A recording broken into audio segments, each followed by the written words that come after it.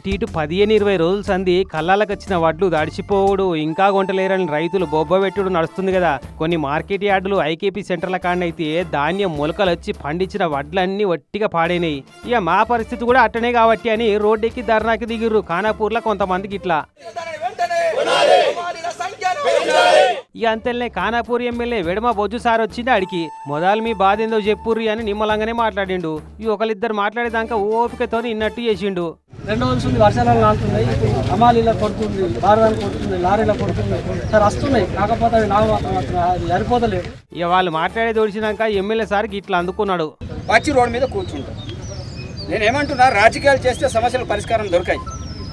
నిజమైన రైతులు వచ్చి రోడ్డు మీద కూర్చొని నేను 100% కథం ఆ మాట అనగానే మంట మండింది అక్కడ ఉన్న వాళ్ళందరికీ. మేము రైతులం కామా రాజకీయ నాయకులమా అని కస్సం అన్నారు. అయినా ఎమ్మెల్యే సార్ కూడా తగ్గలే.